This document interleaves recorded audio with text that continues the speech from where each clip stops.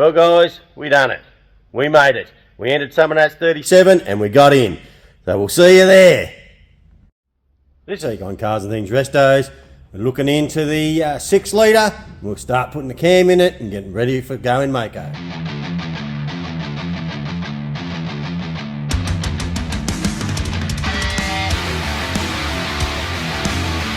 Welcome to Summernats 35.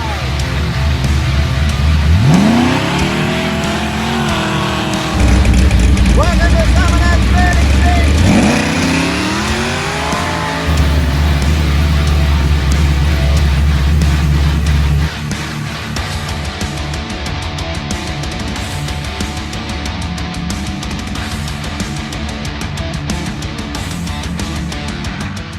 Welcome back to Cars and Things Restos.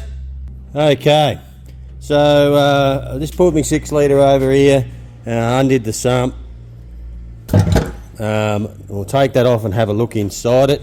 This is the first time I've looked in it, the same as you guys. And shit. Whoops. Actually I need that dipstick for the stator. Have a look at that. That's fucking clean. That is very clean. I don't think this thing's done very much work at all. Even the timing chain's tight in it. I wonder if it's had a cam put in it. Don't know.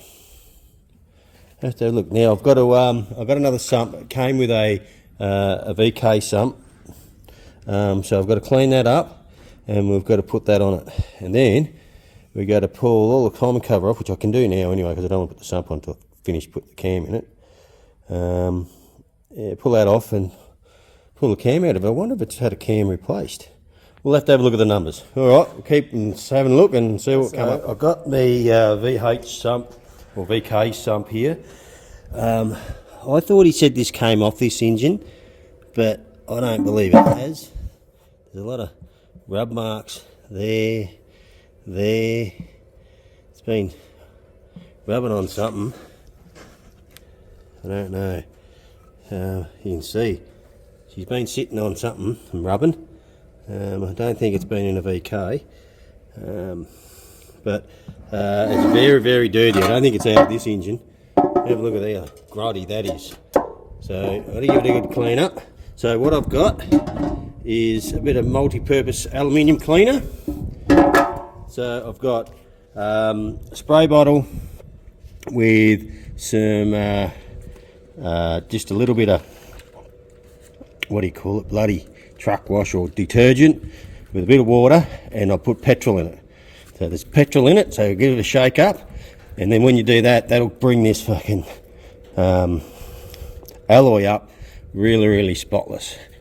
So it will fuck the spray gun, the petrol will, but it's I found it, well, you usually do it, Trev and I use it on our motorbikes on the alloy frames, and it really eats into the muck and the grit, and makes it easier cleaning. So just a little tip for you. So you want to get alloy really clean, bit of detergent and or degreaser and petrol, and spray it on there, leave it for a while and see how it comes up. Alrighty, there's the oil pan after we did the old degreaser and petrol trick, and give it a pressure wash. So it's come up pretty clean, pretty happy with that. It's very grotty inside, so this actually must have come off an engine that was pretty grotty. I definitely don't think it's been on this engine at all. So you can have a look in, that's the VE sump. So, but it's cleaned up pretty good. I've got most of the crap up I could get off it. So I've just ordered some bypass gaskets for the bypass tube. I just was going to reuse them, but this one here is a bit sus. So I just ordered some new ones, so they'll be here in a few days, and that stuff will be right to go on. All right, so I've just pulled the timing cover off it. Look how clean that is. That, I'm going to check on that oil pump. I'm not 100% sure if that's standard oil pump or not, because To me, it looks like someone's been in here. If I have a look at the cam bolt, that cam bolt has been undone. So I'm wondering whether it's had a cam put in it and a new oil pump. Because that oil pump is spotless, but the whole motor is. There's not any grime on it anywhere. I thought that they had bolts heads on here, on these, on the standard ones. I'll have to have a look, but I'll check that because I might be might be a little bit lucky. We'll see how we go. I want to get that cam out. Well, I've got to pull the rocker gear off of doing everything first to get the cam out, but I want to see if there's any numbers on it. It may have just someone may have put a cam in it. We'll see. Come to the conclusion that that is a new oil pump. And the reason I believe so, if you have a look at the bolt heads, how they got grime all over them, and there's nothing on that pump. So I reckon she's definitely got a new pump on it. So I'd say, because this motor's came out of a VH Commodore that someone did up, so I reckon they pulled it apart. New oil pump in it, new cam in it, and we've been very lucky to get it. So it looks like it's been ported already. I might not even have to port it. So there we go. I'm a bit lucky. Alrighty, I've taken all the rocker gear off it. I can't tell whether they're standard beehive springs or if they're different ones. Pull a push rod out. Yeah, they just look like stock push rods, so maybe they've just put a cam in it. I've wound it over and all the lifters have stuck up, which is good. That's what we want. Should be able to just slide the cam out and slide the new one in when it gets here. Alright. And what I did find after a bit of research last night was this is a Mellings oil pump. So I think it's just a standard one, but it's I'd say it's been replaced. So and look, you could go in. I could go in and tidy these up a little bit more, but they are flowing a lot better than the standard pumps. I don't know. I may get stuck into it. I don't know what I'm going to do just yet. Something I've got to think about. There we are. I don't want to pull the camshaft out until the cam kit turns up, which is delayed thanks to Australia Post. Fuck, Australia Post need to get their act together, don't they? Friggin' hell. It's worse than it was at Christmas at the moment. Come on, Australia Post. Do the right thing by the people. Get your shit together. Yeah, so I'm still waiting for me cam kit to turn up. And then I can whack the cam in it. I got some new pack springs for it. 650s, I think they are, if I remember rightly. So we got them to put in it. And I got the new fandangled little tool here. I'll open it up.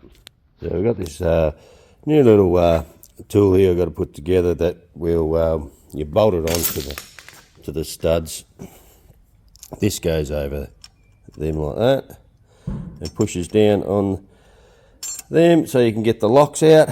So we've got new retainers and locks coming. We've got steel retainers and new locks coming for it. So we can put all the new valve springs in it. What else have we got here? I think this here is our little oil pump dooflicky, and they are barbells, pretty sure. Okay, so they're the little aluminium barbells or billet barbells to go into the back of the oil gallery in the back there. I have a new plate and rear main seal for it as well. And we've got our new water pump here, the Daco water pump, LS3 style water pump. So we can run the LSA blower system on the front of it. Well, there you go. Just got to wait for this cam kit to rock up. When it does, we can put it together and go from there. Yeah, guys. A little unboxing. I already got into it because I was so excited about it. We got some gear here for the LS. Okay, so we have our VCM camshaft, which is a VO 29825. So if you look up on the VCM site, it's 825. I'll see if I can open it. It should have a cam card. Rightio. Here we go. Here is our cam card. So we are looking at a duration at 50 is 228, 242, and the valve lift is 608 and 605, and our lobe separation is 115. So it's a little bit more. I'm going a little bit towards a boost cam. The one that I had in Mako, or the Stato engine, had a little bit more lift than this, not quite as much duration. Had a little bit, I think it had like 14, so it's similar, but it had, I'm pretty sure it was 113 lobe separation. So this, going back to 115, helps with boost, or because the overlap's not as much, so you don't lose the cylinder pressure. There you go. What do we got there? Install cam at 110 degrees intake center line. So when I put it in, I'll degree that. I'll probably film it and show you guys that. So nice big roller cam for us, hydraulic roller cam. We've got the big double valve springs for it. 650 valve springs, so they'll certainly be able to handle it, no worries. We've got a new ARP crank bolt, which it's already had, which is no worries because you can reuse the ARP crank bolts. They're not one uses, so I'll probably use the original one in Brother's engine. Our push rods, and that will be our cam time again. Now I was a little bit worried about that. It's pretty hard trying to do all this one-handed, guys, sorry. So I was a little bit worried about this, getting the right cam gear for it. The one that was in it, I'll show you, is it's a 1 bolt.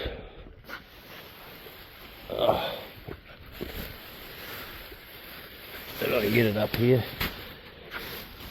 It's a 1 bolt cam gear, but this part here is the important part.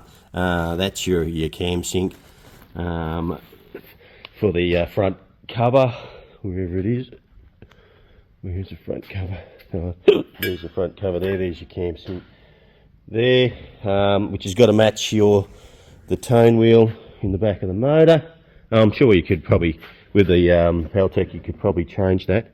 But I was worried it wasn't going to be the right one, but it is come up the right one. We've got the right cam sync on there, but it is a 3 bolt one. But then what I've been reading, apparently the 3 bolts are a lot better. You should always change out from the, well, they're saying that the single one's okay, but it can break the key and spin. With the 3 bolt it won't.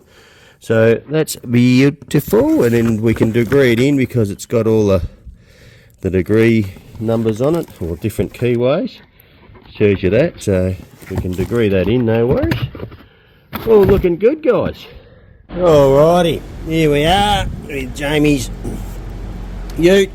I've got all the carpet in, sort of. I've just got to cut all the edges and make it fit. I got the console all painted up.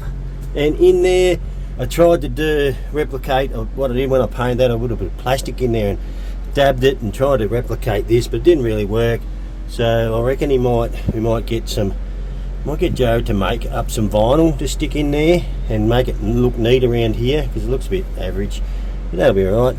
So I got on sort of dash on, and all looking good.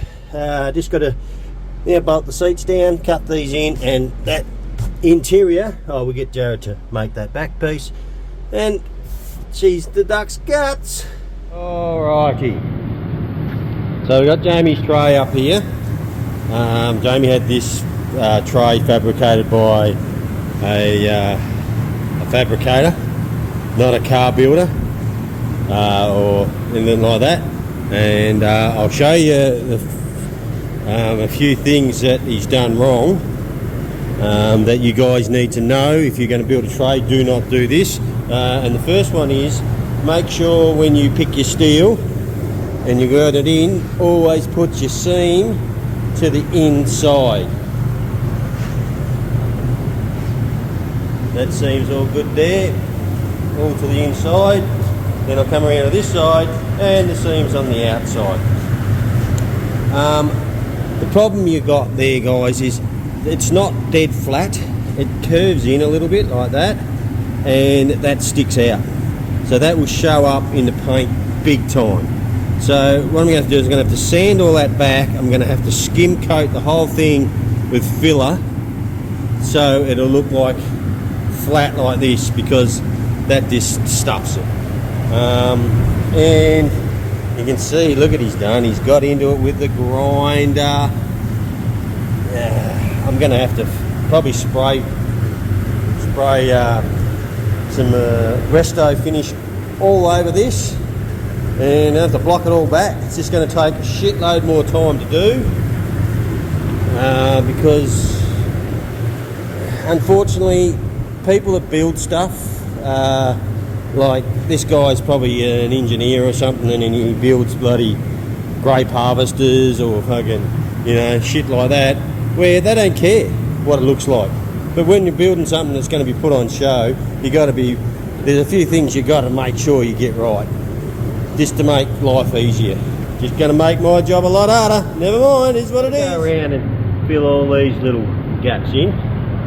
So what I'm going to use is, I've got some metal filler here. It's a fully metallic polyester filler paste. It's aluminium, it's got metal in it. So we'll put some of that in it. I think I've got glass there. I've got fiberglass I could use. Sandable fiberglass. I'm going to try this stuff. We'll put that in it. Fill all those little imperfections in those holes all the way around and see what comes up. Alrighty. So Jamie came out, gave me a bit of a hand. We've got all the seats mounted in. They're all in there. Just Jared's doing the back for us. He's going to get that out. So console's in. I put these switches in. He had two different switches, so I've sent him back to go and get some matching switches, and I had a little bit of carbon fibre sticker tape there, and I whacked that in there. We'll see what he thinks of it. If he likes it, we'll leave it. If he doesn't, we can change it up. But there you go. Oh, got to put the steering wheel on it. I haven't done that. All right, that'll be in the next video. All right, guys. Alrighty. So there you go. Little bit of info, or bit of work getting started on the LS2. Bit of work on Jamie's ute and his tray, getting there. Bit of a mix and match this week, but there you go. Alrighty. So that'll do it for this episode. So next week, well, this weekend when Mick gets out, we'll stick the cam in it and the valve springs, and we'll show you that in the next video. Alrighty. Thanks for coming along and watching. Chuck a comment up and let us know what you think. And if you haven't subscribed, please jump on and subscribe, hit the bell, share it with your friends, and we'll see you next time. Cheers!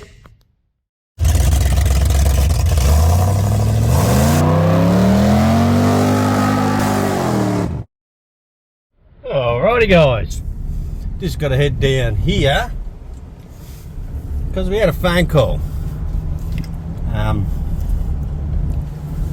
Trev rang me. Said, my old man wants to ask you something. I said, well, I'm in town, I'll come and see you. So we'll come over here and checking out Trev's fucking joint and see what he's got going on. Here we are. Where is he? Down the back, making a dust, probably.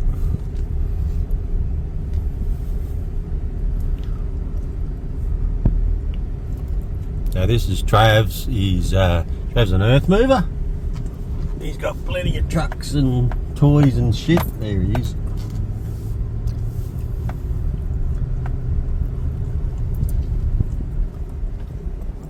And he just bought a brand new grader, so I don't know if it's here. We'll have to have a look.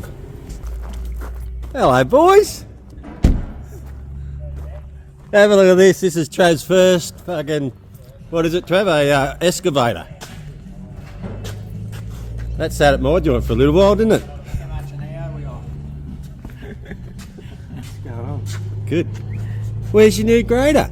Oh, it's over there. Haven't done anything to it yet. We'll have to have a look at that in a minute. Alright, see you in a bit.